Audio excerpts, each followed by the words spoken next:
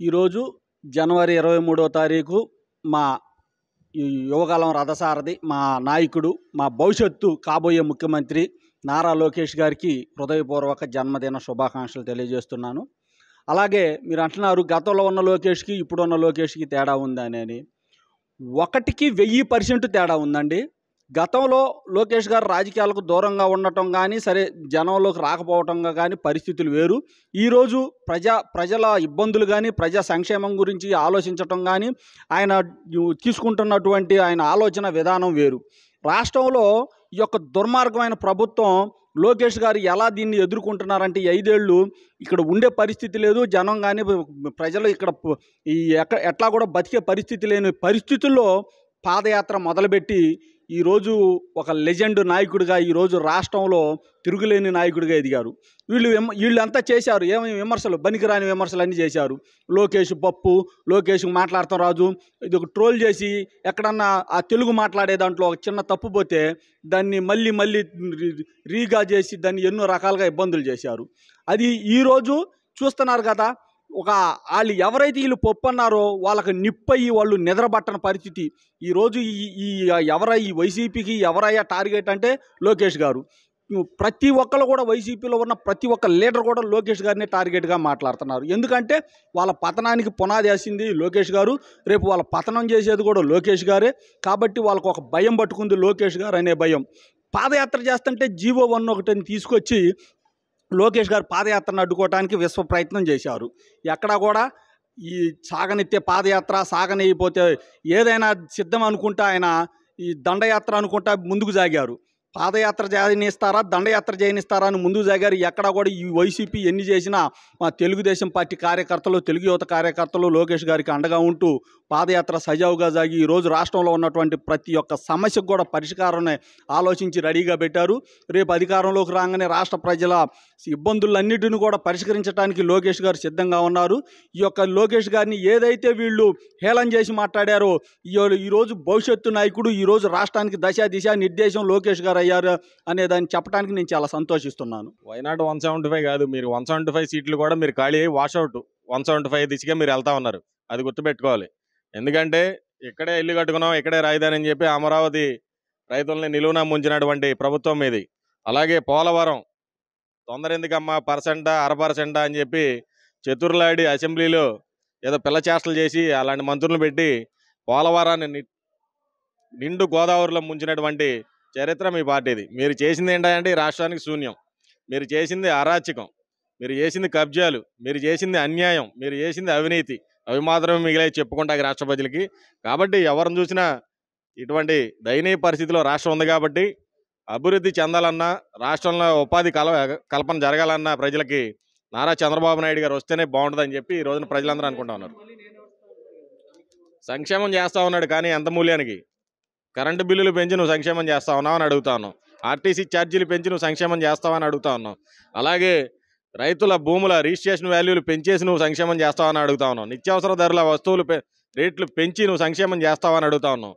అలాగే మద్యపానం నిషేధం అని ప్రకటించి ఏకంగా ప్రభుత్వం చే షాపులు తెరిపించి 1-3 రేట్లు పెంచి నువ్వు సంక్షేమం చేస్తున్నావా అని అడుగుతా ఉన్నావు. ప్రజల్ని ఈ విధంగా అన్ని విధాలుగా పన్నులు పెంచేసి ఈ విధంగా జలగలాగా రక్తం పీల్చి 10వ పరక పారేసే వాళ్ళని నువ్వు సంక్షేమం అంటే అంతకన్నా బూటక మాటలు ఇంకేం లేవు జగన్ రెడ్డి అని చెప్పి మేము తెలియజేస్తాము. ఈ 5 సంవత్సరాల పరిపాలన పూర్తయింది. జగన్మోహన్ రెడ్డి గారు ముఖ్యమంత్రి ఈ రాష్ట్రానికి. ఈయన పరిపాలన కట్టే కొట్టే తేల్చే అన్న రీతిలో 3 మొక్కల్లాగా ఉంది. ఎందుకంటే దొరికిన సొమ్ము దొరికినట్టు కట్టగట్టుకుని ఆయన సంపాదించుకుని కట్టగట్టుకున్నాడు. ఎదురు తిరిగిన వాళ్ళని, ప్రజాస్వామ్యవాదులందరినీ కొట్టి నానా హింసలు పెట్టారు. అట్లాగే రాష్ట్రాన్ని ఎక్కడ తేల్చాడో తెలియకుండా అవధానం తేల్చి వదిలేశాడు. అందుకే కట్టే కొట్టే తేల్చే అనే 3 మొక్కలుగా ఈయన పరిపాలన తెలుసుకోవచ్చు. ఒక పక్క యువతకి లక్షల్లో ఉద్యోగాలు ఇస్తానని, ప్రతి ఏటా జాబ్ క్యాలెండర్ ఇస్తానని చెప్పి మోసం చేసి ఆయన ఈ రోజున యువతని నయవంచన చేసినటువంటి ప్రభుత్వాన్ని ఈరోజు చూస్తూ ఉన్నాం. అలాగే మహిళలకు భద్రత లేని ప్రభుత్వం ఈరోజు చూస్తూ ఉన్నాం. రైతులకు ఆదరవు లేని ప్రభుత్వాన్ని ఈ రోజున మనం చూస్తూ ఉన్నాం.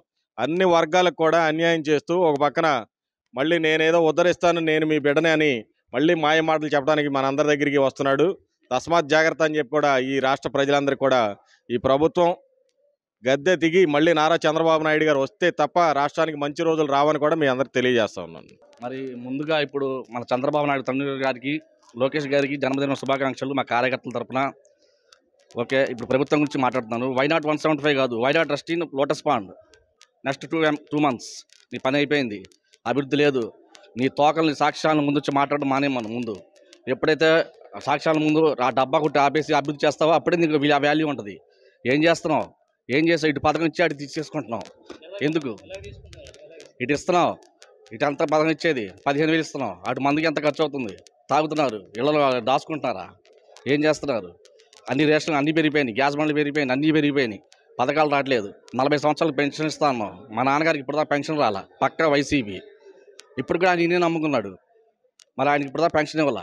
ఏంటి ప్రభుత్వం? రోడ్లు వేయి, రోడ్ల మీద యాక్సిడెంట్ అయ్యి జనాలు చచ్చిపోతున్నారు. నీ రోడ్డు ఏది? నీ ప్రభుత్వం ఏది? అభివృద్ధి ఏది? వైనాట్ 175 కాదు, వైనాట్ ట్రస్టీన్ lotus pond next time in 2 months. ఇది పక్కా, ఇది పక్కా. ఇప్పుడున్న గవర్నమెంట్ ప్రస్తుతానికి చెప్పాలంటే ఈ జగన్మోహన్ రెడ్డి చాలా ఫ్రాడ్ అనమాట. ఎంత ఫ్రాడ్ అంటే చెప్పలేము, అంత ఫ్రాడ్.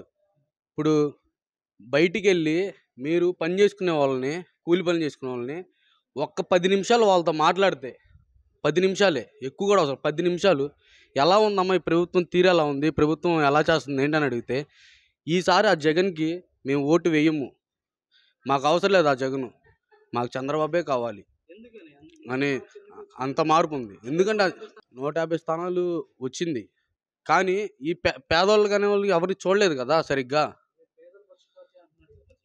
ఏం చేశాడు? ఏం చేశాడు? ఎవరికి ఏం చేశాడు? ఎవరికి అందట్లా. పథకాలు అందితే అవి ఉన్నాయి, ఇవి ఉన్నాయి అని చెప్పి అవి తీసేయడం, ఇలా చేస్తుంటే ఇంకేముంటుంది ప్రభుత్వం? ఫస్ట్ అభివృద్ధి అనేది లేదు మన విజయవాడలో, ఎక్కడా కూడా అభివృద్ధి అనేది లేదు. అది ఇప్పుడు ఒక మాట చెప్పాలంటే, ఇప్పుడు ప్రస్తుతానికి అయితే ఈ ఈ ఈ సిచ్యువేషన్లో మన సీఎం చంద్రబాబు ఉంటే ఇవాళ రోజున మన విజయవాడ, ఏపీ, అమరావతి ఎలా ఉండేదంటే, అసలు సాయంత్రం ఈవినింగ్ అయితే అసలు చూడడానికి ఎక్కడెక్కడ నుండో వచ్చేవాళ్ళు. అంత ఇదిగా అభివృద్ధి చెందేది మన విజయవాడ కానీ, మన ఇది కానీ మొత్తం ఆంధ్రప్రదేశ్. కానీ ఈ జగన్మోహన్ రెడ్డి 3 రాజధానులు, 4 రాజధానులు, ఇవి అవ్వని పని. నెక్స్ట్ పక్కా టీడీపీయే 100%.